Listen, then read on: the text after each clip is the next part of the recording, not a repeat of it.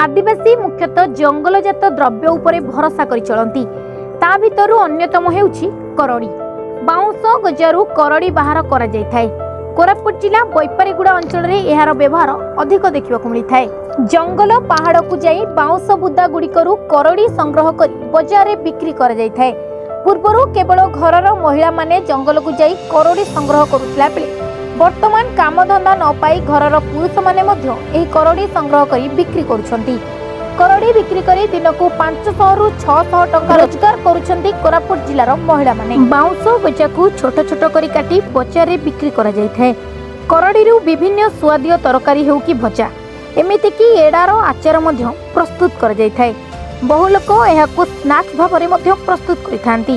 वर्षा दिने एमानकर एहा फ्रेश मिलुथिला बेले किछि लोक एहाकु वर्ष तमाम संग्रह कर रखिथांती।